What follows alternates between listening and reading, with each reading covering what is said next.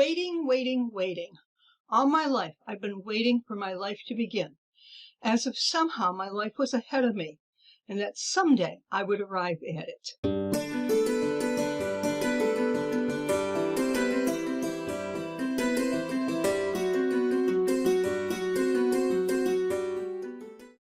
Hi, I'm Linda Watson-Call. Thank you for joining me for today's episode of Dragonfly Soup. When I was growing up, I heard a lot of what I now call myths of life. No, they weren't really myths. They were more like lies with a glimmer of hope. As a child, I might ask for something.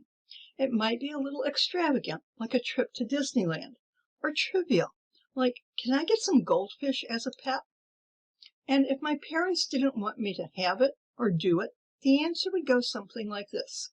Well, that's a good idea, but we just can't do it this year. Maybe someday we can.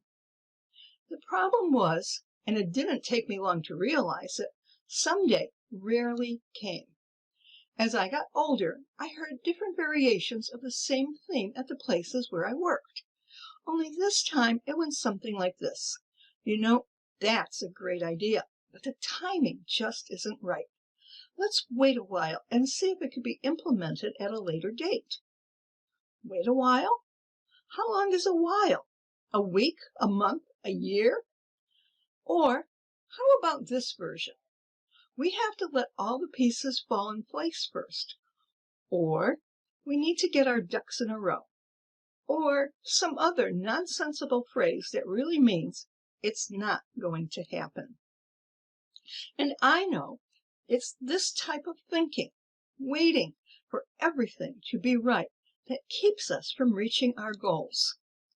We live in our own world, and it's called Someday Isle. But this island doesn't offer relaxation, peace of mind, or even a feeling of bliss. All it does is make us feel that we're missing out on accomplishing the things we really want to do because we don't feel that we are quite ready yet. And so, instead of actively looking for that new job, we say something like, the right opportunity hasn't appeared yet. Hasn't appeared? There's no magician that can, poof, make that job appear. It's up to us to say, I will take one action step every day toward finding a new job. Then we make a list of all the possible ways that we can find that job. We say we want to start a new business. Our idea is to sell accessories like scarves, purses, hats, jewelry, but not just any type of accessories. We know a few artists who have a flair for creating beautiful and unusual items, and we want to offer these things in our boutique. But every time we start to write a business plan, we think it would be too much to do right now. Why don't we wait until the kids graduate from high school? What makes us even think that later will be better?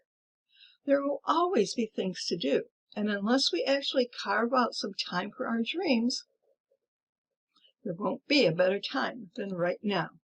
Cameron Manheim once said, waiting, waiting, waiting. All my life I've been waiting for my life to begin, as if somehow my life was ahead of me and that someday I would arrive at it. The truth is, if we put off our goals because the time is not right, will we actually recognize the right time when it arrives? An assignment that my class was given in elementary school was to pick a stock and follow it for a month. When I talked about the assignment at home, my younger brother suggested that we have a contest.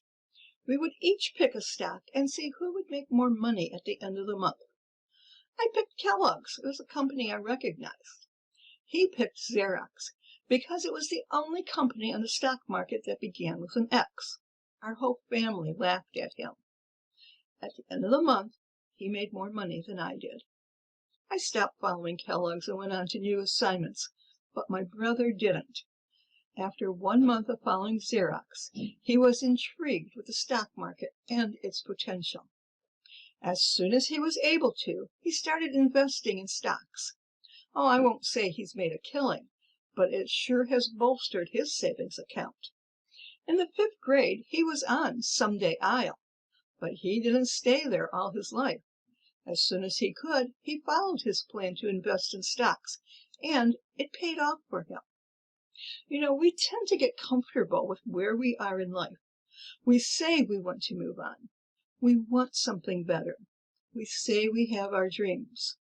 But unless we take action in the form of writing down our goals, creating an action plan, and then, most importantly, following that plan, we will stay on Someday I'll, waiting for that magic moment to arrive.